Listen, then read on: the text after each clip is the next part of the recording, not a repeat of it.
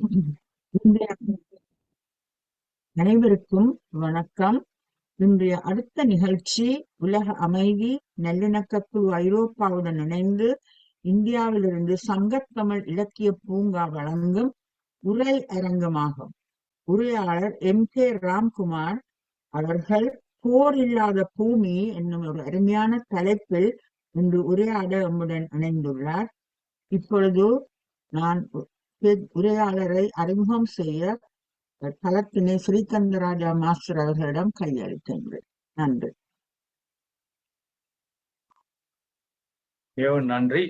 இப்பொழுது சங்கத்தமிழ் இலக்கிய பூங்காவின் நிறுவனர் அவர்களை அறிமுகப்படுத்தும்படி கேட்டுக்கொள்கின்றேன். நீலகண்ட தமிழனையா, நீங்க வந்து அறிமுகப்படுத்தலாம். வணக்கம் ஐயா, வணக்கம். அனைவருக்கும் வணக்கம். உலகெங்கிலும் பல நாடுகளிலிருந்து இணைந்திருக்கக்கூடிய அத்தனை உள்ளங்களுக்கும் எங்களுடைய அன்பான வணக்கங்களை தெரிவித்துக் கொள்கிறோம். உலக அமைதியே கருத்தையாக கொண்டு தொடர்ந்து தியானத்தின் மூலமாக மக்களுக்கு ஒரு மன அமைதியையும் அதன் மூலமாக உலகத்தில் ஒரு அமைதியையும் ஏற்படுத்த முனைந்திருக்கக்கூடிய பிஎஸ்எஸ்எம் அமைப்புக்கும் அந்த அமைப்புடைய பொறுப்பாளராக இருக்கக்கூடிய திரு ஸ்ரீகாந்த் ராஜா மற்றும் ஏனைய அத்தனை அன்புள்ளங்களுக்கு எங்களுடைய சங்கத்தமிழ் இலக்கிய பூங்கா சார்ந்த முதற்கண் வணக்கத்தை தெரிவித்துக் கொள்வோம். ஐயன் திருவள்ளுவரை தொழுது பாவேந்தர் பாரதிவாசனை வணங்கி இன்றைக்கு போர் இல்லாத பூமி என்ற தலைப்புல ஒரு உரையரங்கம் நிகழ்ச்சியை இந்த அரங்கத்திலே வழங்குவதில் மெத்த மகிழ்ச்சி அடைகிறோம். போர் இல்லாத பூமி என்பது இன்றைக்கு இந்த உலகத்திலே எல்லோருடைய கனவாகவும் இருக்கக்கூடிய ஒரு கருத்தாகும். ஆங்காங்கே யுத்தங்கள், மக்களை எல்லாம் கொன்றுவிட்டு தேசங்களை வைத்துக் கொண்டு என்ன செய்ய போகிறார்கள் என்று தெரியவில்லை. வெறும் மண்ணையும் நிலத்தையும் ஆள்வதற்காக அதுவா இந்த பூமி, அதுவா இந்த தேசம்? அகர முதல எழுத்தெல்லாம் ஆதி பகவான் முதற்றே உலகு என்று சொன்னதில் வள்ளுவர் இந்த உருண்டையாக இருக்கக்கூடிய நிலப்பந்தை சொல்லவில்லை, அதிலே வாழக்கூடிய மாந்தர்களை தான் சொல்லி. எனவே அந்த மாந்த இனத்தில் ஒரு மகிழ்ச்சியும் அமைதியும் நிலவ வேண்டும் என்று சொன்னால் ஒவ்வொருவருக்கு இடையிலும் இருக்கக்கூடிய, ஒவ்வொரு நாட்டுக்கும் இடையிலே இருக்கக்கூடிய யுத்தங்கள், மன வேறுபாடுகள், பேதங்கள் ஒழிய வேண்டும். ஒரு நாயோ, ஒரு பூனையோ, ஒரு ஆடோ, ஒரு மாடோ தங்களுடைய பிரச்சனையை பேசி தீர்த்து கொள்ள முடியாது. நமக்கு பேசுகிற சக்தியை கொடுத்திருக்கிறார். நம்மால் நம்முடைய கருத்துக்களை அடுத்தவர்களுக்கு சொல்ல முடியும், அடுத்தவர்களுடைய கருத்துக்களை வாங்கி கொள்ள முடியும், எது சரி என்று உணர முடியும் என்பதால் தான் மனிதர்களுக்கு அந்த பேசுகிற திறமையை கொடுத்திருக்கிறார். இந்த பேசுகிற திறமை இருந்தும் அதை பேசி தீர்த்துக் கொள்ளாமல் யுத்தத்தின் மூலமாக தீர்த்துக் கொள்வேன் என்று சொன்னால் பேசுகிற வாய் மட்டுமல்லாமல் ஆசை கொண்ட ஒரு மனத்தை மனிதன் வைத்திருக்கிறான் என்பதுதான் தெரிகிறது. அதை அகற்றுவதுதான், இந்த ஆசை கொண்ட மனத்தை அகற்றி அதை ஒரு அமைதி ஏற்படுத்துவதுதான் பிஎஸ்எஸ்எம் அமைப்பினுடைய குறிக்கோளாக இருந்து இன்றைக்கு இங்கே பலரும் வீட்டிலிருந்து செயல்பட்டுக் கொண்டிருக்கிறார். பல்வேறு நாடுகளிலும் உறக்கத்தை குறைத்துவிட்டு வந்து இங்கே அமர்ந்திருக்கிறார். அவங்களை எல்லாம் மீண்டும் ஒரு முறை வணங்கி இன்றைய நிகழ்ச்சியிலே முனைவர் ராஜ்குமார் அவர்கள் பேச வருகிறார். ஒரு முனைவர் என்று சொன்னால் PhD பட்டம் பெற்றிருக்கிறார். MA படிப்புகளிலே ஒரு 4-5 MA படித்திருக்கிறார். MSc ஒரு 2 படித்திருக்கிறார். MBA படித்திருக்கிறார். சற்றேறக்குறைய வழக்கறிஞர் படித்திருக்கிறார். இப்படி பல்வேறு கல்விகளையும் பெற்றவர் முனைவர் ராஜ்குமார். வெறும் முனைவர் என்று மட்டும் போட்டிருக்கிறேன். அவருடைய பட்டங்களை எல்லாம் போட்டால் ஒரு 15 பட்டங்கள் இருக்கும், அவ்வளவு படித்திருக்கிறார். என்னுடைய வாழ்க்கையிலே படிப்பையே ஒரு சிறப்பான பணியாக கொண்டிருக்கிறார். 40 ஆண்டு காலத்திற்கு மேலாக தமிழ் இதழ்களில் சிறுகதைகள் எழுதி வருபவர். முதல் கதையிலேயே பரிசு பெற்றவர். இவருடைய கதைகளின் உள்ளோட்டமாக தாய்மை போற்றப்பட்டிருக்கும், மத நல்லிணக்கம் போற்றப்பட்டிருக்கும், அமைதி, உலக அமைதி போற்றப்பட்டிருக்கு. அத்தனை கதையில ஒரு மாமியாருக்கும் மருமகளுக்கும் இடையிலே ஏற்படுகிற சண்டையை எப்படி தீர்க்க முடியும், அவர்களுக்குள் என்ன விதமான அன்பு இருக்கிறது என்பதை ஒரு கதையில் சொல்லியிருப்பார். இப்படி இதை தொடர்ந்து தன் வாழ்க்கையில கடைபிடித்து வருவார். அதனால் தான் இவரை இன்றைய நிகழ்ச்சிக்கு பேசுவதற்காக தேர்வு செய்தேன். எனக்கு இந்த தலைப்பு தோன்றிய உடனே அடுத்து தோன்றிய மனிதர் முனைவர் M.K. ராஜ்குமார் தான். சரியான பொருத்தமான என்பதால் அவர் தேர்ந்தெடுத்திருக்கிறேன். தான் சார்ந்திருக்கக்கூடிய கிறிஸ்தவ மதத்தில் இருக்கக்கூடிய கிறிஸ்தவ வேதங்களில் இருக்கக்கூடிய முரண்பாடுகளை பற்றியெல்லாம் ஆய்வு செய்து அதற்காக முனைவர் பட்டம் பெற்றிருக்கிறார். அதிலே என்ன தவறுகள் இருக்கிறது, எப்படியெல்லாம் மாற்றி மாற்றி சொல்லியிருக்கார் என்பதையெல்லாம் ஒரு நியாய உணர்வோடு பேசியிருக்கிறார். ஒரு மதத்திலே இருப்பவர் அந்த மதத்தை பற்றி குற்றம் சொல்லி அதில் இருக்கக்கூடிய குறைகளை சொல்லி முனைவர் பட்டம் வாங்கியிருக்கிறார் என்று சொன்னால் அதிலிருந்து அவருடைய பண்பு என்ன என்று புரிந்து கொள்ளலாம். அத்தகையவர் இன்றைக்கு பேச வந்திருக்கிறார். இதற்கு மேலும் நான் தொடர்ந்து பேசினால் அப்புறம் நான் உரையாடங்கத்தினுடைய உரையாளராக மாறிவிடும் என்பதால் இந்த அளவிலே அவருடைய அறிமுகத்தை நிறைவு செய்து கொள்வேன். உண்மையிலேயே அவரை பற்றி சொல்ல வேண்டும் என்றால் நிறைய சொல்லலாம். கதை, சிறுகதை நூல்கள், தொகுப்புகள் ஏராளமாக வெளியிட்டிருக்கிறார். மிகச்சிறந்த சிறுகதை எழுத்தாளர், கவிஞர், நாள்தோறும் நல்ல கருத்துக்களை விதிப்பவர். ஒரு 4-5 புனைவர்களை எழுதி கொண்டிருக்கிறார். கர்டோசா என்ற பெயரில் எழுதுகிறார், புஷ்பா ராஜ்குமார் என்ற பெயரில் எழுதுகிறார், M.K. ராஜ்குமார் என்ற பெயரில் எழுதுகிறார். எனக்கு தெரிந்து இந்த தமிழன் என்ற பெயரிலே ஒன்று எழுதுவார், தஞ்சை தமிழன் என்ற பெயரில் எழுதுவார். இப்படி நிறைய புனைவர்களோடு எழுதி கொண்டிருப்பவர். பாருங்கள் ஐயா, உங்களுடைய கருத்துரை தாருங்கள். போர் இல்லாத பூமி, அதை நோக்கிய பயணத்தை தொடர்ந்து. பெற்றெடுத்த தாய்க்கும் வளர்த்தெடுத்த தமிழுக்கும் முதல் வணக்கம். போர் இல்லாத பூமி வேண்டி உலக அமைதி நல்லிணக்க குழு இன்று சிறப்பாக ஏற்பாடு செய்திருக்கிற இந்த நிகழ்வுக்கு வந்திருக்கிற ஆன்றோர்கள், சான்றோர்கள், அவையில் வீற்றிருக்கும் தமிழ் சொந்தங்களுக்கு முதல் வணக்கம். உலகமெல்லாம் வாழும் தமிழ் சொந்தங்களுக்கும் சங்கத்தமிழ் இலக்கிய பூங்காவின் ஒருங்கிணைப்பாளர் ஐயா நீலகண்ட தமிழன் அவர்களுக்கும் எனது தமிழ் வணக்கம். போர் இல்லாத பூமி ஏன் வேண்டும்? போர் வந்தால் இல்லாது போய்விடும் பூமி. இதுதான் காரணம். போர் வந்தால் இல்லாது போய்விடும் பூமி. அதற்குத்தான் போர் இல்லாத பூமி தேவைப்படுகிறது. அதுதான் நாம் வேண்டுகிறோம். போர் வந்தால் பூமியில் எந்த உயிரும் இல்லாது போய்விடும். எனவேதான் போர் இல்லாத பூமி வேண்டும் என்கிறோம். புறநானூற்றில் இருந்து ஒரு நிகழ்வை உங்களுக்கு சொல்ல விரும்புகிறேன். இன்றைக்கு தருமபுரி என்று சொல்லப்படுகிற ஒரு இடம், தமிழ்நாட்டிலே சொல்லப்படுகிற இடம், அன்றைக்கு தகடூர் என்று இருந்தது. அந்த ஊரை அந்த தலைநகராக கொண்டு வாழ்ந்து கொண்டிருந்தவர் ஒரு மன்னர், அதியமான் என்ற ஒரு மன்னர். அந்த மன்னரை பற்றி உங்களுக்கு தெரியும். அவர் கடையெழு வள்ளல்களில் ஒருவராக இருக்கிறார்.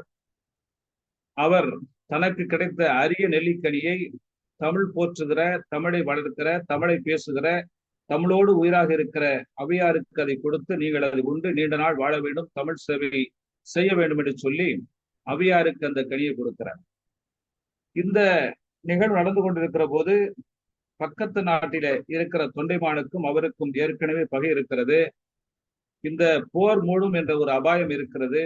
இந்த அபாயம் இருப்பதனால் இதை போரை தடுத்து நிறுத்த வேண்டும், என்ன செய்வது என்று யோசிக்கிறான். ஏனென்றால் அவன் வள்ளலாக இருக்கிற காரணத்தினால் இப்பொழுது போர் தேவையில்லை என்று நினைக்கிறான். ஆனால் தொண்டைமான் போர் வேண்டும் என்று சொல்லுகிறான். என்ன காரணம் என்று சொன்னால், அவன் போரையே பார்த்ததில்லை. அதியமான் போரை பார்த்து பார்த்து மக்கள் இத்தனை கொடுமைப்படுகிறார்களே, துன்பப்படுகிறார்கள் என்று சொல்லி அவன் போரை வெறுக்கிறான் அல்லது போரை மறுக்கிறான். அப்பொழுது ஔவையார், நான் உனக்கு தூதுவனாக செல்லுகிறேன் என்று சொல்லி அன்றைக்கே சமாதான தூதுவராக ஔவையார் தொண்டைமான் இடத்தில் செல்கிறார். தொண்டைமானிடம் செல்கிற போது தொண்டைமான் சொல்கிறான், நீ சொல்லுகிற அதியமானை பற்றி எனக்கு தெரியும். அவன் சாதாரண மனிதன், இன்றைக்கு பயந்து போயிருக்கிறான், வயதாகிவிட்டது. ஆகவே நான் அவனை விடமாட்டேன், என்னுடைய படைக்கலனை வந்து பார் என்று சொல்லி அந்த படை அணிகள் எல்லாம் அந்த இதை எடுத்து வைக்கிற அந்த அணிகலன்கள், வேல், அம்பு போன்ற அந்த அணிகலன்கள் இருக்கிற அறைக்கு அழைத்து செல்கிறான். பெரிய அறையிலே அந்த அணிகலன்கள், படை பொருட்கள் இருக்கின்றன. எல்லாவற்றையும் ஔவையார் பார்க்கிறார். பார்த்து விட்டு ஒரு ஏளன சிரிப்பு சிரிக்கிறார். அந்த தொண்டைமான் அரசன், என்ன அவை பாட்டியே, இதை பார்த்தவுடன் உனக்கு பயம் ஏற்படவில்லையா? இதனை சென்று அதியமானிடம் சொல், அவன் இதை பார்த்து கேட்டவுடனே பயந்து விடுவான், எனக்கு சரணடைந்து விடுவான் என்றும் அவன் போரிட மாட்டான் என்று சொல்லுகிறான். அவை சொல்லுகிறாள், அவன் கண்டிப்பாக போர்விட மாட்டான். ஏனென்றால் அவனுக்கு போர் செய்கிற ஆசை இல்லாமல் போயிருக்கிறது. நீ ஆசைப்படுகிறாய், ஆனால் தோல்வி உற்று விடுவாயே என்று சொல்லுகிறார். அவன் என்ன இப்படி பேசுகிற, என்ன காரணம் என்று சொல்லுகிற போது அவள் சொல்லுகிறாள், இவ்வே பீலி அணிந்து மாலை சூட்டி கல் திறன் நோன்காண்டு திருத்தி நெய்யணிந்து கடிவுடை விநாயகர் அவ்வே அவ்வே பகைவர் குத்தி கொடு நூதி சிதைந்து குற்றுடை குற்றில மாதோ என்றும் உண்டாயிர் பதம் கொடுத்து இல்லாயின் உடன் கொண்ணும் இல்லோர் ஒக்கன் தலைவன் அண்ணல் எங்கள் கோமான் அவன் தூதி வேலை என்று சொல்லி ஒரு பாடலை பாடுகிறார். என்ன என்று சொன்னால், இந்த சந்தன மாலை அணிவித்து, மயில் தொகையை அணிவித்து, சந்தன மாலை அணிவித்திருக்கிற உன்னுடைய படைக்கலங்கள், இந்த படை தளவாடங்கள், இதையெல்லாம் மிக அழகாக இருக்கின்றன, மிக சிறப்பாக இருக்கின்றன, பார்க்கிறதுக்கு கண்களுக்கு வியப்பாகவும் இருக்கின்றன. ஆனால் இவையெல்லாம் அழகு சூட்டிய மலர்களைப் போல இருக்கின்றன. அங்கே அதியமானுடைய போர்க்களத்திலே படைக்கலையில் இருக்கிறவெல்லாம் கொல்லன் வீட்டிலே இருக்கிறது. அவையெல்லாம் அச்சாணி முறிந்திருக்கிறது, முனை முறிந்திருக்கிறது, வளைந்திருக்கிறது, நெளிந்திருக்கிறது. என்ன காரணம் என்று சொன்னால், போரிட்டு போரிட்டு அந்த படைக்கலன்கள் நன்றாக மிக கடினமாக இருக்கின்றன. அது எப்பொழுது வேண்டுமானாலும், யாரை வேண்டுமானாலும் அது குற்றுயிரும் கொலையுமாக கொலை செய்யக்கூடிய தகுதி பெற்றவையாக இருக்கின்றன. ஒரு தாக்குகிற போது உடனே ஒடிந்து விடாமல் இருக்கிற நல்ல ஆயுதங்கள், சிறப்பான ஆயுதங்கள் அவனிடம் இருக்கின்றன என்று சொல்லுகிறார். இதை கேட்டவுடன் அவன் கொஞ்சம் மிரண்டு போகிறான். என்னவென்று கேட்டால், நான் பார்த்து விட்டு வந்தேன் தொண்டைமான், அத்தனை போர்க்களங்கள், அத்தனை படைக்கலங்கள் எல்லாம் கொல்லனுடைய பட்டறையில் இருக்கிறது. அதையெல்லாம் உடனே செப்பனிட்டுக் கொண்டிருக்கிறார்கள். அது செப்பனிட்டு போட்டு இருக்கிற இந்த படைக்கலன்களை அவர்கள் வீரர்கள் பயன்படுத்தி பண்பட்ட வீரர்களாக மாறி இருக்கிறார்கள். நீ போரிட போனால் முதல் அடியிலேயே நீர் தோற்று விடுவாய் என்று சொல்லுகிறார். ஆகவே அங்கு அந்த போர் நிறுத்தப்படுகிறது. அதியமான் தொண்டமான் காக்கப்படுகிறான். அதியமானுக்கு இதனால் தான் நினைத்தது நடக்கிறது. இது ஏன் சொல்லுகிறேன் என்று சொன்னால், இன்றைக்கு போர் நடைபெறுகிறத, போர்படுகிற ஒவ்வொரு நிகழ்விலும் எத்தனை பேர் இறந்து போகிறார்கள், இதனால் எத்தனை உயிர் இழப்புகள் ஏற்படுகிறது, இதனால் எத்தனை குடும்பங்கள் நடுத்தருவுக்கு வந்து வருகின்றன என்பதை நீங்கள் யோசித்து பார்க்க வேண்டும். என்னவென்று கேட்டால், ஒரு நாட்டிலே போர் நடைபெறுகிற போது அந்த போரிலே அந்த சாகர வீரர்கள் யார்? அவர்களும் அந்த நாட்டு மக்கள், அவர்களும் அந்த நாட்டினுடைய குடிமக்கள், அந்த நாட்டிலே வாழ தகுதி உடையவர்கள். அவர்கள் எல்லாம் இவர்கள் தான் இறந்து போகிறார்கள். எந்த நாட்டிற்காக போரிடுகிறார்களோ அவர்கள் எல்லாம் அந்த நாட்டினுடைய குடிமக்கள் தானே. ஆகவே அவர்கள் யாரை கொலை செய்கிறார்கள்? எதிரி நாட்டு மக்களை கொலை செய்கிறார்கள். அப்படி கொலை செய்கிற போது எதிரி நாட்டினுடைய வீரர்கள் இந்த நாட்டு மக்களை கொலை செய்கிறார்கள். இதனால் என்ன நடைபெறுகிறது என்று சொன்னால், உயிரிழப்புகள் மட்டுமா நடைபெறுகிறது, பொருள் இழப்புகள் நடைபெறுகின்றன. எத்தனை பெண்கள் கைம்பெண்களாக மாறிவிடுகிறார்கள், எத்தனை குழந்தைகள் தகப்பனற்று தாயற்று தனியாக போகிறார்கள் என்பதை யோசித்து பார்க்க வேண்டும். ஏன் போர் வேண்டாம் என்று சொல்லுகிறோம்? பொருளாதார இழப்பு ஏற்படுகிறதா இல்லையா? பொருளாதார இழப்பு மட்டுமல்ல, அந்த நாடுவே சுடுகாடாக மாறிவிடுகிறது. அசோகன் என்ற ஒரு மன்னன் இருந்தான், மௌரிய பேரரசன் அசோகன். பாடலிபுத்திரத்திலே ஒரு தலைநகராக கொண்டு வாழ்ந்து கொண்டிருந்தான் என்கிறது வரலாறு. அவன் ஆப்கானிஸ்தான் முதல் வங்கதேசம் வரை மிக நீண்ட பரப்பை ஆண்டு கொண்டிருந்த மன்னன். சந்தசோகர் என்று அவனுக்கு பேர். மூர்க்கமான அசோகர், மூர்க்கமான அரக்கன். அவன் கலிங்க போரிலே ஒரு மன்னரோடு வெற்றி பெறுகிறான். கலிங்க போர் நடைபெறுகிறது. நடைபெற்றவுடன் அந்த போர் முடிந்தவுடன் தன்னுடைய வீரர்களை பார்ப்பதற்காக வெற்றி வாகையோடு வருகிறான். வருகிற போது அந்த போர் களத்திலே இந்த வீரர்கள் எல்லாம் குற்றியும் குலையுமாக இருக்கிறார்கள், அவர்களை பார்த்து வரலாம் என்று சொல்லி வெற்றியோடு திரும்புகிறவன் அந்த போர்க்களத்திற்கு செல்கிறான். பார்க்கிற போது அங்கு இரத்த ஆறு ஓடுகிறது. அங்கு கை இழந்து போன கால் இழந்து போன குற்று உயிரும் குலையுருமாக இருக்கிற அந்த வீரர்களை பார்க்கிறான், இறந்துபட்ட வீரர்களை பார்க்கிறான், விலங்குகளை பார்க்கிறான், யானைகளை பார்க்கிறான், குதிரைகளை பார்க்கிறான். எல்லாவற்றையும் பார்த்து விட்டு ஓ என்று கதறி அழுகிறான். ஒரு மன்னன், இவன் சந்த சோகர் என்று சொன்னால் மூர்க்கன். அப்படிப்பட்ட மூர்க்கன் தர்ம சோகராக மாறுகிறான். என்னவென்று சொன்னால், இந்த இறப்புகள், இந்த உயிரிழப்புகள், இந்த இரத்த ஆறு எல்லாம் என்னுடைய ஒருவனுடைய வெற்றிக்கா, என்னுடைய ஒருவனுடைய மணிமுடிக்கா என்று சொல்லி அவன் மிக கடுமையாக பாதிக்கப்பட்டு தன்னுடைய மனதை மாற்றிக்கொண்டு இனி போர் செய்வதில்லை என்று சொல்லி அவன் போரை மறுத்து அவன் புத்த மதத்திலே சேர்கிறான். இதுதான் அசோகருடைய வரலாறு. இன்றைக்கு அசோகரை பற்றி பேசுகிற போது, படிக்கிற போதெல்லாம் சொல்கிறோமே, சாலையோரங்களிலே மரங்களை நட்டார், குளங்களை வெட்டினார், ஏரிகளை வெட்டினார், இதுவெல்லாம் இதற்காக அங்கங்க மடங்களை நட்டார், அமைத்தார் என்று சொல்லுகிறார்களே. ஏனென்று சொன்னால், இவையெல்லாம் அவன் திருந்திய பிறகு, எப்போது அவன் புத்த மதத்திற்கு மாறினானோ, எப்போது அவன் அன்பான மனிதனாக மாறினானோ, எப்போது அரக்கத்தனத்தை விட்டு, மூர்க்கத்தனத்தை விட்டு, வன்முறையை விட்டு, அவன் அந்த போரை விட்டு வெளியே வந்தானோ, அன்றைக்கு அந்த நாடு முழுவதும் செழிப்பாக மாற்றுகிற பேச்சிலே இருந்தான். இன்றைக்கு சாலைகளிலே மரங்கள் பார்க்கிறோம், அதுக்கு வெட்டு விடுகிறார்கள், அது வேறு விஷயம். ஆனால் பார்க்கிற மரங்கள் எல்லாம் நீங்கள் பார்த்தீர்கள், எல்லாம் பெரிய பெரிய மரங்கள். இன்னும் சொல்லப்போனால் நீண்ட நெடுஞ்சாலைகளில் இந்த மரங்கள் பார்க்கிற போது கனி கொடுக்கிற மரங்கள் இருக்கின்றன, நிழல் தரும் மரங்கள் இருக்கின்றன. இந்த மரங்கள் எல்லாம் ஒரு காலத்திலே இப்படிப்பட்ட நல்லவர்கள் நட்டு வைத்த மரங்கள். 1000 ஆண்டு பழமையான மரங்களும் கூட இருக்கின்றன. ஏன் என்று சொல்லுகிறோம் என்று சொன்னால், இவையெல்லாம் போருக்கு பின்னால் வருகிற இந்த அமைதி, இந்த அமைதியினால் தான் ஒரு மனிதன் வாழ முடியும், சிறப்பாக வாழ முடியும். போரோடு வாழ்கிற மனிதனுக்கு, நீங்கள் போராட்டத்தோடு வாழ்கிற மனிதன் நிம்மதியாக இருக்க மாட்டான். அவன் குடும்பத்திலும் சரி, நாட்டிலும் சரி, உலகத்திலே ஒரு போராட்டத்தோடு வாழ்கிற மனிதன் நிம்மதியாக இருப்பதில்லை. போராட்டம் என்பது அவன் வாழ்க்கையிலே உயர வேண்டும் என்று சொல்லுகிற உழைப்பு போராட்டம் இருக்கலாம், வாழ்க்கையில முன்னேற வேண்டும் என்று சொல்லி அவன் அயரால் உழைக்கலாம், முயற்சியோடு உழைக்கலாம். அந்த போராட்டம் இல்லை நான் சொல்வது. நான் சொல்கிற போராட்டம் மன உளைச்சலோடு, எப்போதுமே எதிராக, ஐயோ இவன் எப்போது என்னை கொலை செய்வானோ, என்னுடைய உடைமைகளை எடுத்துக் கொள்வானோ என்ற ஒரு போராட்டத்தோடு வாழ்கிற மனிதன் அவன் ஒரு மிகச்சிறந்த வீரனாக, மனிதனாக மாற மாட்டான். இங்கு நினைத்துக் கொண்டிருக்கிறார்கள் வீரர்கள் என்றது யார்? வீரர்கள் என்ன, உடனே படையெடுத்து படையை சென்று பல உயிரை கொள்பவனா வீரன்? அதுவல்ல, பல உயிரை காக்குகிறவன் தான் வீரன். தன்னை காத்துக் கொள்கிற, நாம் இன்றைய ராணுவம் வைத்திருக்கிறது, இந்திய நாடு என்று வைத்துக் கொள்வோம், மற்ற நாடுகளை வைத்துக் கொள்வோம். ராணுவம் எதற்காக வைத்துக் கொள்கிறார்கள்? இந்த நாட்டு மக்களை பாதுகாக்க அவர்கள் எல்லையிலே நிற்கிறார்கள். எல்லையிலே வருகிற தீயவர்களை அல்லது எதிரிகளை அவர்கள் எதிர்த்து போராடுவார்கள், அது கொண்டு குவிப்பார்கள்.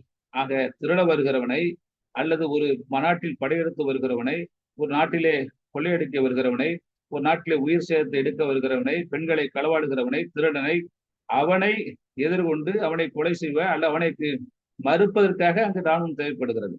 ஆனால் இன்றைய உலகில் ராணுவம் அப்படியா பயன்படுத்தப்படுகிறது?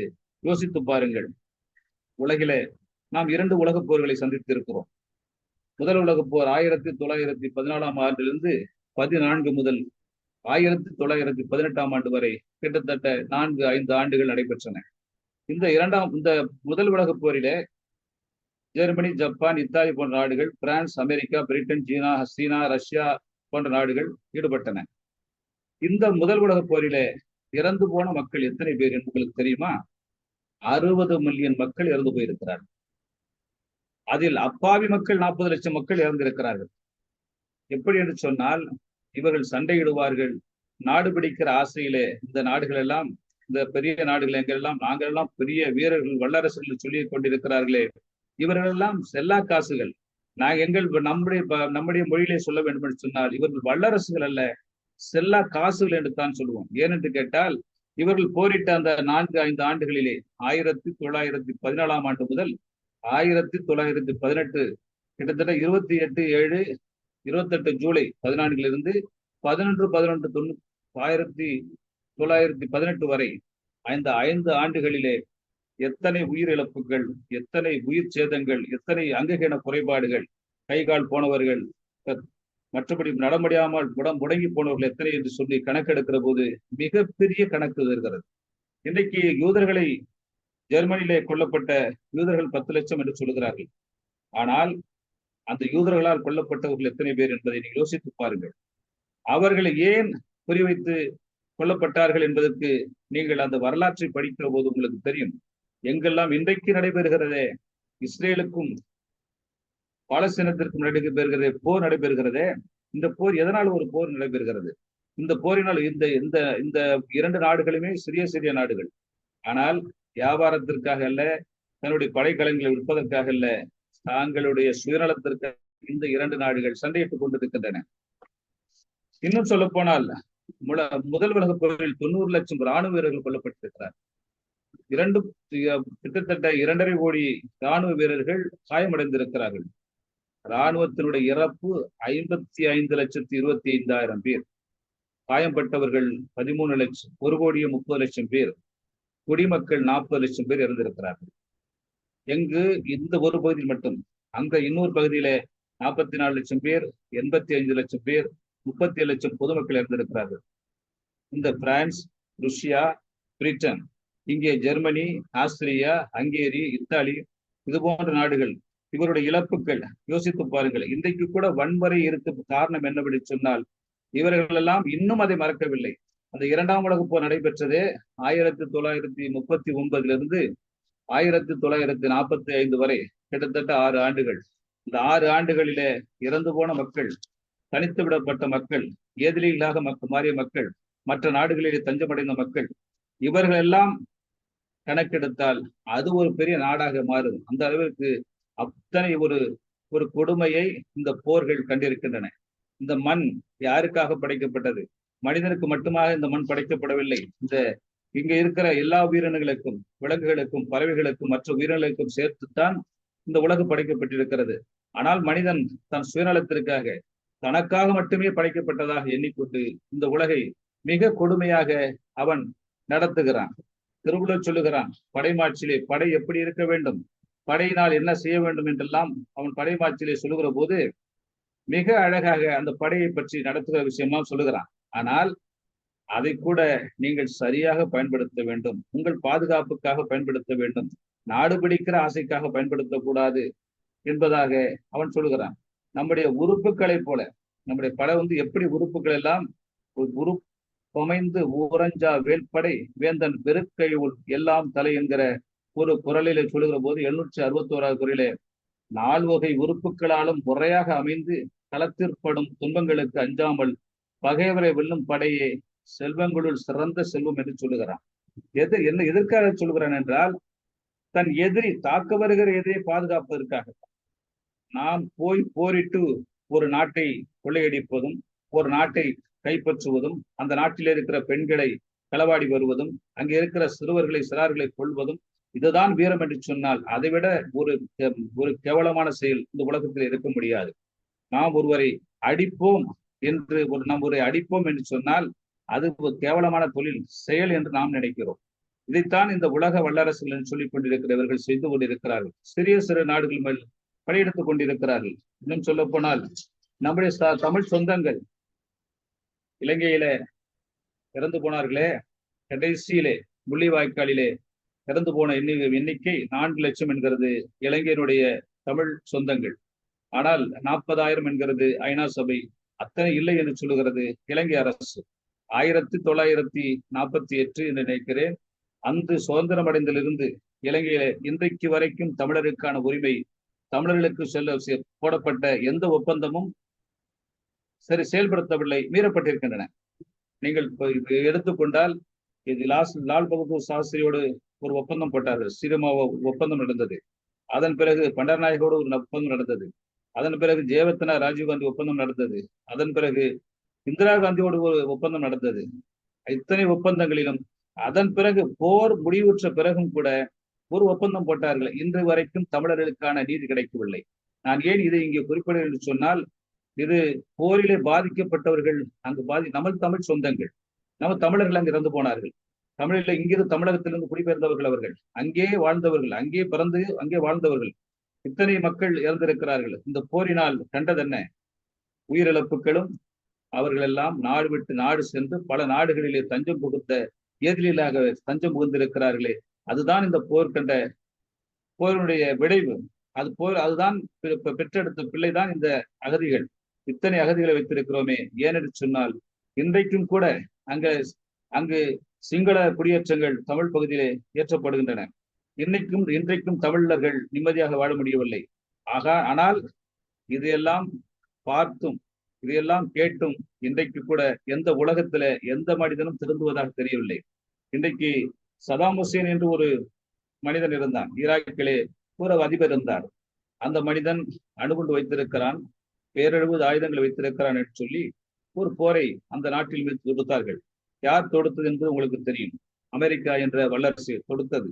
ஆனால் அந்த சதாம் ஹுசேன் போரிட்டு பார்த்து முடியாமல் பதுங்கு குழியிலே போய் பதுங்கிக் கொண்டார். பதுங்கிக் கொண்டவரை அவரை பிடித்து கொண்டு வந்து கொலை செய்தார்கள்.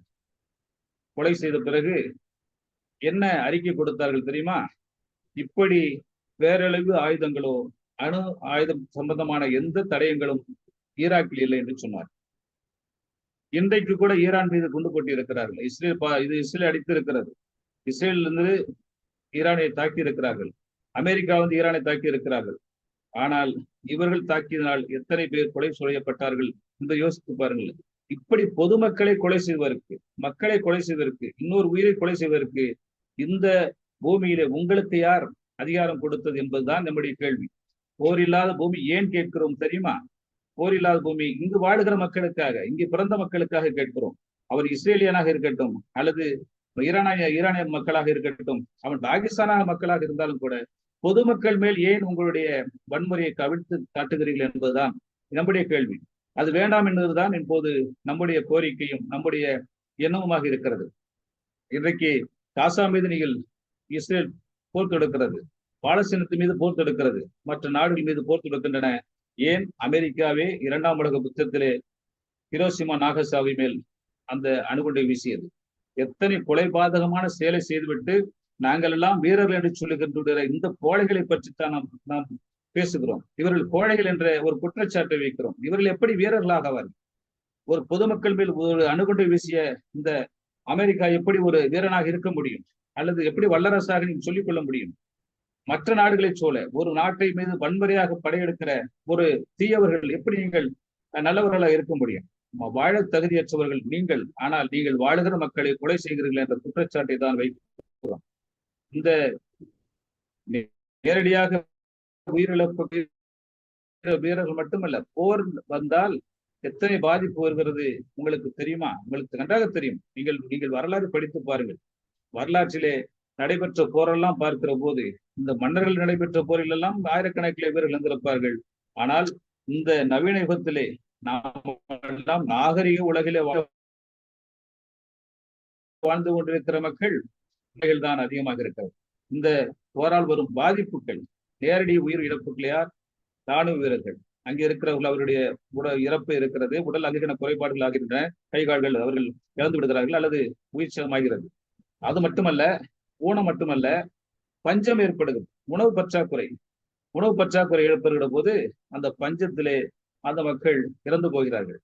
நோய் தாக்குதல், அந்த போரினால் ஏற்படுகிற அந்த சேதத்தினால் அவர்கள் நோய் தாக்குதல் ஏற்பட்டு இறந்து போகிறார்கள். குழந்தைகளும் பெண்களும் பாதிக்கப்படுகிறார்கள். எங்கெல்லாம் குழந்தைகளும் பெண்களும் காக்கப்படவில்லையோ, எங்கெல்லாம் அவர்கள் பாதுகாக்கப்படவில்லையோ, எங்கெல்லாம் அவர்களுக்கு தீவினை ஏற்படுகிறதோ அந்த நாடு சபிக்கப்பட்ட நாடு அல்லது அந்த நாடு கேடுகட்ட நாடு என்று நான் ஒரு குற்றச்சாட்டை வைக்கிறேன். அது மட்டுமல்ல, பொருளாதார இழப்புகள், பொருளாதார இழப்பு நடைபெறுகிறது. 1860ஆம் ஆண்டு என்று நினைக்கிறேன். 1860 64ஆம் ஆண்டு வரை அமெரிக்காவிலே தென் மாகாணங்களுக்கும் வட மாநிலத்திற்கும் ஒரு பெரிய ஒரு சண்டை நடந்தது. அதை அன்றைக்கு இருந்த ஆபிரகாம் லிங்கன் அவர்கள் அந்த சண்டையை நடத்தினார். அவர் தான் ஒரு அமெரிக்க ஜனாதிபதியாக அதிபராக இருந்தார். அந்த போரை நடத்தினார். அப்பொழுது அங்கிருந்தவர்கள் ஒரு 4 ஆண்டுகள் கழித்து இந்த அமெரிக்க மாநில கூட்டமைப்பு என்பது தோற்கடிக்கப்பட்டது. இந்த வடக்கு பகுதி வெற்றி இருந்தது. அது அரசுக்கு சார்பாக இருந்ததால் வெற்றி அடைந்தது. அதனால் அந்த நாட்டிலே கொலை செய்யப்பட்டார். ஆபிரகாம் லிங்கன் 1865ஆம் ஆண்டு கொலை செய்யப்பட்டார். ஒருவன் துப்பாக்கியால் சுடப்பட்டு கொலை செய்யப்பட்டார். அவர் அமைதியை வேண்டும் என்று சொன்னார். ஏனென்றால் அங்கு அமைதிக்கு அவர் என்ன சொன்னார்? ஏன் ஆபிரகாம் லிங்கனை போற்றுகிறோம் என்று சொன்னால், நீக்ரோக்கு, கருப்பின மக்களுக்கு விடுதலை வேண்டும் என்று சொன்னார். இதுதான் ஒரு மனிதனுடைய புரட்சி. புரட்சி என்பது போரிலே வெல்வதல்ல, மற்றவர்களை ஏழ்மைகளாக இருக்கிறவர்களை, குழந்தையாக இருக்கிறவர்களை, இளமையாக இருக்கிறவர்களை, அப்பாவி மக்களை கொலை செய்வதா வீரம்? அந்த வீரம் என்பது மற்றவர்களுக்கு உதவி செய்வது. அன்னை தெரசா செய்தது போல மற்றவர்களுக்கு உதவி செய்வது, மற்றவர்களை அனுசரித்து வாழ்வது, மற்றவர்களுக்கு உதவி வாழ்வது. இந்த வாழ்க்கையை வாழாதவர்கள் இந்த நாட்டிலே இல்ல உலகத்தை எவர் இருந்தாலும் அவர்கள் இந்த உலகத்திற்கு வாழ தகுதியற்றவர்கள். அவர்கள் இந்த பூமிக்கு எதிரானவர்கள் என்ற குற்றச்சாட்டை வைத்து இந்த போரில்லா உலகம் வேண்டும் என்று சொல்லி அந்த உலகத்தை நாம் படைப்போம், இந்த மத உலக அமைதிக்கான நல்லிணக்க குழு அதை முன்னெடுத்து செல்கிற போது நாங்களும் உங்களோட துணை நிற்கிறோம் என்று சொல்லி போரில்லாத இந்த பூமி வேண்டும் என்று சொல்லி வாய்ப்புக்கு நன்றி பாராட்டி விடைபெறுகிறேன். நன்றி, வணக்கம்.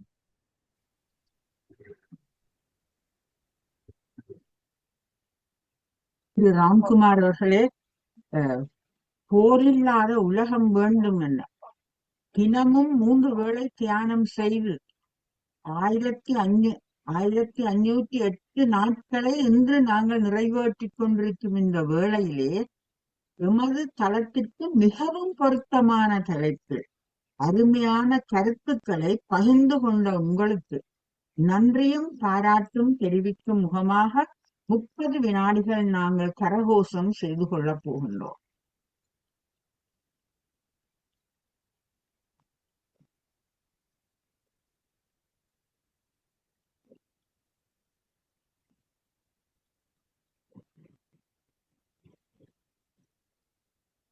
மிக்க நன்றி ஐயா. அருமையான ஒரு உரை, மிகவும் உருக்கமான.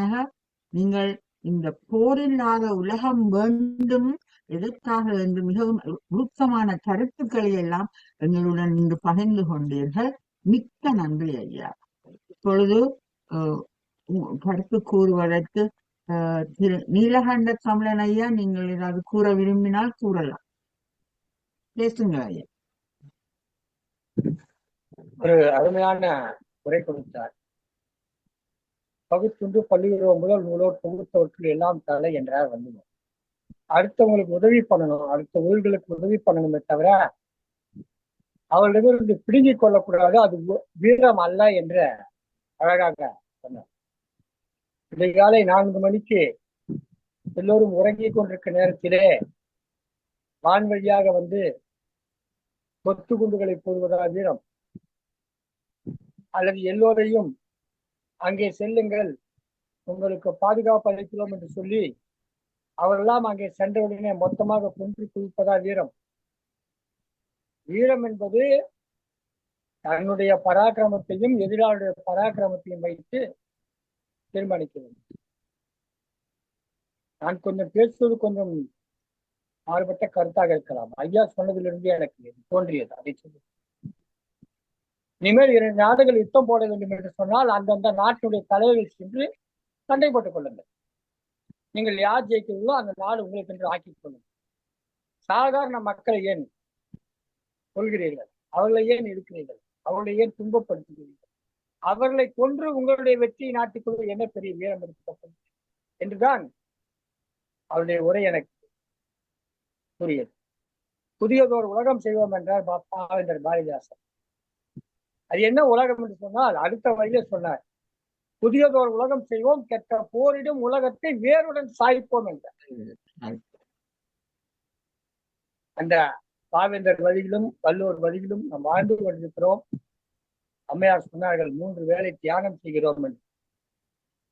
இந்த உணர்வு உலகெங்கிலும் இருக்கக்கூடிய மக்களுக்கு பரவ வேண்டும். எந்த நாட்டு மக்களும் போரை விரும்புவது கிடையாது, அமைதியான வாழ்க்கையைத்தான் விரும்புகிறார்கள், அமைதி நிறைந்த வாழ்க்கையைத்தான் விரும்புகிறார். அதுக்காக ஏதோ விட்டுக் கொடுப்பது கூட அவங்க விட்டுக் கொடுக்க கூட தயாராக இருக்கிறார். ஆனால் தேவையற்று இந்த யுத்தங்களை நிறுத்த வேண்டும். அதை நோக்கி ஒரு பயணத்தை நம்முடைய வாழ்நாளிலேயே அந்த பயணத்தின் வெற்றியை கண்டுவிட வேண்டும் என்பதுதான் என்னுடைய ஆவல். இதை என்னுடைய அடுத்த தலைமுறைக்கோ அதற்கு அடுத்த தலைமுறைக்கோ விட்டு செல்ல நான் விரும்பவில்லை.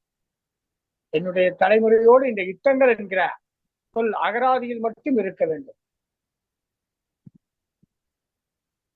எப்படி சிலவற்றை நாம் மெல்ல இழந்து விட்டோமோ அதுபோல இந்த யுத்தம் என்பதையும் நாம் இழந்து விட வேண்டும். அகராதியில் மட்டும் அந்த யுத்தம் என்ற சொல்லை நம்முடைய அடுத்த தலைமுறை படித்து தெரிந்து கொள்ள வேண்டும். அதை படத்தை பார்த்து தெரிந்து கொள்ள வேண்டும். அதை அவர் சந்திக்க கூடாது என்பதுதான் என்னுடைய கருத்து. அதற்கான ஒரு உரையாக எம்.கே. ராஜ்குமார் அவர்கள் சிறந்த உரையாளர்கள். நன்றி. இந்த நிகழ்ச்சியில் பங்கேற்று சிறப்பித்துக் கொண்ட அத்தனை அன்புள்ளங்களுக்கும் உங்களுடைய மனமார்ந்த நன்றிகளை தெரிவித்து விடைபெறுகிறோம். தங்கத்தமிழைக்கு பூங்காவில் இருந்து நீலகண்ட. மிக்க நன்றி ஐயா. அடுத்ததாக அருந்ததி மாஸ்டர், நீங்கள் உங்களுடைய கருத்தினை பாருங்கள். அனைவருக்கும் வணக்கம். மிகவும் அருமையாக முனைவர் எஸ்.கே. ராஜ்குமார் அவர்கள் போரில்லாத பூமி வேண்டும் என்பதை மிகவும் சிறப்பாக எடுத்து கூறினீர்கள். நீங்கள் சொன்ன மாதிரி இந்த போர் இருந்து போரால் எத்தனை பேர் மாண்டு கொண்டு போவார்கள். அப்ப போரில் வெற்றி பெற்றவர்கள் என்ன மாதிரி யோசிக்க வேண்டும். தாங்கள் செய்த போரினால் எத்தனை உயிர்கள் மாண்டு அதில் வெற்றி பெற வேண்டிய அவசியம் இருக்குதா என்பதை போர் செய்பவர்களே அதை ஒரு கேள்விக்குறியாக எடுத்துக்கொண்டு தாங்கள் இந்த போரை இல்லாத வாழ்க்கை வாழ வேண்டும் என்றால் அதுக்குத்தான் இப்படிப்பட்ட தியானங்கள்ல ஈடுபட்டார் என்றால் எந்த மக்களும் அதை தண்டப்பாட்டிலேயே போர் இல்லாத நிலைமை வரும் என்று கூறி அருமையான பேச்சுக்கு ஐயா மிக்க நன்றி. இப்பொழுது இந்த சந்திரசேகர் அவர் கையெழுத்திருக்கிறார், பேச சொல்லுங்க. வணக்கம். வணக்கம். உலக அமைதி நல்லிணக்க குழு அவர்களுக்கும் தங்கத்தமிழ் இலக்கிய பூங்கா ஒருங்கிணைப்பாளர் தமிழ் மாமணி பாரதி சுடர் திரு நீலகண்ட தமிழ் ஐயா அவர்களுக்கும் திரு எம்.கே. ராஜ்குமார் அவர்களுக்கும் மற்றும் இங்கு கூடியுள்ள அனைவருக்கும் எனது மனமார்ந்த வணக்கத்தை தெரிவித்துக் கொள்கிறேன். இன்றைய காலகட்டத்திற்கான தேவையான இந்த தலைப்பு போர் நிறுத்தம், போர் தேவை என்பதை பற்றிய இந்திய கருத்தரங்கு மிகவும் போரினால் நமக்கு எந்த ஆதாயமோ அல்லது நன்மையோ கிடைக்கப் போவதில்லை. பல உயிர்கள் மாய்கின்றனர். நம்முடைய பொருளாதாரம் எல்லாம் பாதிக்கப்படும் என்பதை நாம் அறிவதற்காக இன்று இந்திய நிகழ்ச்சி நடத்தப்பட்டு மக்களுக்கெல்லாம் ஒரு அறிவுரை கொடுக்கும்படியான இந்த நிகழ்ச்சியை நடத்திய இந்த நல்லிணக்க குழு மிக அருமையான இந்த நிகழ்ச்சி வழங்கியது. இதற்கு நண்பர் எம்.கே. ராஜ்குமார் அவர்கள் அருமையாக புறநானூரில் இருந்தும் அதியமான் கதையிலும் நல்ல கருத்துக்களை எல்லாம் சொன்னார். இந்த போரினால் யாருடைய ஒரு பெருமையோ ஒரு நன்மையோ கிடைக்கப் போவதில்லை. இதனால் பல உயிர்கள் தான் சேதமடைகின்றன, பொருளாதார இழப்பு ஏற்படுகின்றன, பல உயிர்கள் கையிழுந்தும் காலிழந்தும் அவஸ்தைப்படுகிறார்கள் என்பதை பற்றியெல்லாம் மிக தெளிவாக நன்றாக கூறினார்.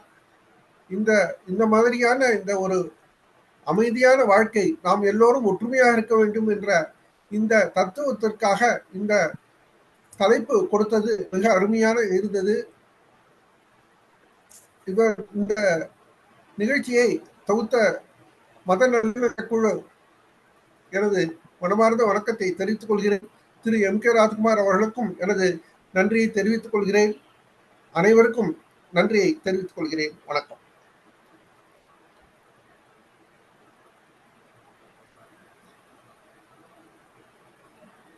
நன்றி ஐயா. அடுத்து ஸ்ரீகாந்த் ராஜா மாஸ்டர், நீங்கள் கருத்துக்களை கூறுங்கள். அனைவருக்கும் வணக்கம். ஒவ்வொரு மாதமும் சங்கத்தமிழ் இலக்கிய பூங்காவில் இருந்து எங்களுடைய ஐயா அவர்கள் அருமையான பேச்சாளரை இங்கு கொண்டு வருவார்கள். மிகவும் திறமாக பேசியிருந்தார் முனைவர் எம்.கே. ராஜ்குமார் என்று. அதாவது போரில்லா போர் இல்லாத உலகத்தை நாங்கள் காண்பதற்கு எப்படியாக இருக்க வேணும், என்ன விதமாக இவர்கள் அதை ஒரு பிசினஸாகவும் ஒவ்வொரு நாடு ஒவ்வொன்றை பிடித்து என்ன விதமாக அவர்கள் அதை சீரழித்து மக்களை கவலைப்படுத்துகிறார், இதால் பலவித நட்டங்கள் ஏற்படுகிறது என சொல்லியிருந்தார்கள்.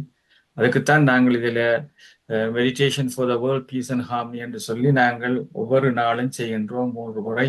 இதில் முதலாவதாக நாங்கள் தனி மனித அமைதி அடைந்தால்தான் முதலாவது வீடு அமைதி அடையும். வீடு அமைதி அடைந்தால் சுற்றாடல் அமைதி அடையும். அதே போல சுற்றாடல் அமைதி இருந்தால் கன்றி அமைதி அடைகிறதுக்கு வாய்ப்புகள் கூடிய இருக்கு. அதே போல உலகம் அமைதி அடையறதுக்கும் கூடிய இருக்கு. நாங்கள் இந்த விஷயத்தை செய்யறதால பலவிதமான நன்மைகள் இருக்கு. நாங்கள் இதுல இப்போ 4-5 வருஷமாக செய்து கொண்டிருக்கிறோம். பலர் நன்மை அடைந்திருக்கிறார்கள். ஆனா எங்களுடைய மெசேஜ் பலருக்கு அது ரீச் அவுட் பண்ண அடையவில்லை. அது அடைந்தால் கூட அவர்கள் மிகவும் அதை பேசுவதற்கு, அதை தொடர்ந்து இதில் செய்வதற்கு வருவதும் இல்லை. என்றபடியா நாங்கள் இதில் என்கரேஜ் எல்லாரையும் ஊக்குவித்து போரில்லா வாழ்க்கைக்கு நாங்கள் போரில்லாத ஒரு அருமையான பூமியை உண்டாவதற்கு நாங்கள் பாடுபட வேணும். இந்த சங்கத்தமிழுக்கு பொங்கவுடைய இருந்து பேசிய சந்திரசேகரன் ஐயாவாக இருக்கட்டும், அமைதியாக கேட்டுக்கொண்டிருக்கிற அருமை சகோதரி சிவகாமியா இருக்கட்டும், எனது அருமை சகோதரி ராஜாமணி அம்மையா இருக்கட்டும், இன்னும் இருக்கிற எல்லா சகோதரிகளுக்கும் கூட நாங்கெல்லாம் ஒரு குடும்பமாக இருக்கு. நீங்கள் எப்படி எல்லாம் குடும்பமாக இருக்கிறீர்களோ, இந்தியா நீங்கள் வருகிற போது தனித்தனியாக இருக்கிற சிட்னியில இருக்கிறீர்கள், ஆஸ்திரேலியாவில் இருக்கிறீர்கள், மற்ற நாடுகளில் இருக்கிற அமெரிக்காவில் இருக்கிறீர்கள், இங்கிலாந்தில் இருக்கிறீர்கள், நீங்கள் எல்லாம் இந்தியாவுக்கு எங்களையும் பார்த்து செல்லுங்கள். அங்கு நாங்கள் சங்கத்தமிழுக்கு பொங்க ஒரு குடும்பமாக இருப்பதை, ஒரு கூட்டு குடும்பம் போல இருப்பதை நீங்கள் அறிவீர்கள். வேறு வேறு இடத்தில் நாங்கள் இருந்தாலும், ஈரோட்டில் ராஜாமணி அம்மா இருந்தாலும், விஜய அம்மையார் மயிலாடுதுறையில் இருந்தாலும், சிவகாமி அம்பேத்கரில் இருந்தாலும், ஐயா அண்ணா நகரில் இருந்தாலும், சென்னையில திருவொற்றில் இருந்தாலும், நாங்கள் எல்லாம் ஒரே குடும்பமாக இருப்பதை நீங்கள் காண்பீர்கள். நீங்கள் வாருங்கள், எங்களிடமிருந்தும் நீங்கள் இந்த நல்லிணக்கத்தை எடுத்து செல்வீர்கள் என்று நான் நினைக்கிறீர்கள். நம்முடைய சொந்தங்கள் தமிழ்நாட்டிற்கு வருகிற போது, இந்தியாவுக்கு வருகிற போது, இது போன்ற அந்த ஆலயங்களுக்கு நீங்கள் பக்திக்காக அல்ல, உங்களுடைய மன திருப்திக்காக. ஏனென்றால் ரமண மகரிஷியை பார்க்க வந்த ஒருவர், அவர் என்ன பெரிய கோமணம் கட்டியிருக்கிற பெரிய மனிதர், இவர் கோமணம் கட்டியிருக்கிறார், என்ன பெரிய மனிதரா என்று கேட்டவர், அவரை பார்த்தவுடன் அந்த முதுகில ஒரு சில்லுப்பு ஏற்பட்டது, ஒரு தூக்கு வாரிப்பட்டது அவருக்கு. அன்றிலிருந்து அவர் மிகப்பெரிய மனிதராக மாறி ரமண மகரிஷியை பற்றி அத்தனை புத்தகங்கள் எழுதியிருக்கிறார். இதுதான் இந்த மண்ணினுடைய மகிமை. ஆகவே இந்த திருவொற்றியூரை சுற்றி 40 ரிஷிகள் பதிக்கப்பட்டிருக்கிறார்கள், ஞானிகள் பதிக்கப்பட்டிருக்கிறார்கள். அந்த அளவுக்கு இங்கு சமாதி அடைந்திருக்கிறார்கள். பட்டினத்தார் இங்கே சீவ சமாதி அடைந்திருக்கிறார். ஆகவே நீங்கள் வருகிற போது, இந்தியா வருகிற போது, தமிழ்நாட்டிலே நம் சொந்தங்கள் இருந்தெல்லாம் பார்த்து நீங்கள் அது கண்டுகளிக்க வேண்டும் என்று கேட்டுக்கொள்கிறேன். உங்களுக்கு எங்களுடைய சங்கத்தமிழுக்கு பொங்காவின் சார்பாக எங்களுடைய ஒருங்கிணைப்பாளர் நீலகண்ட தமிழன் ஐயா அவர்கள், ராஜாமணி அம்மையார், சிவகாமி இருக்கிறாங்க, கற்பகம் அம்மையார், விஜயா அம்மையா, இன்னும் நிறைய பேர் எங்களுடைய நம்ம இந்த குழுவில் இருக்கிறார்கள், குடும்பங்கள் இருக்கிறன.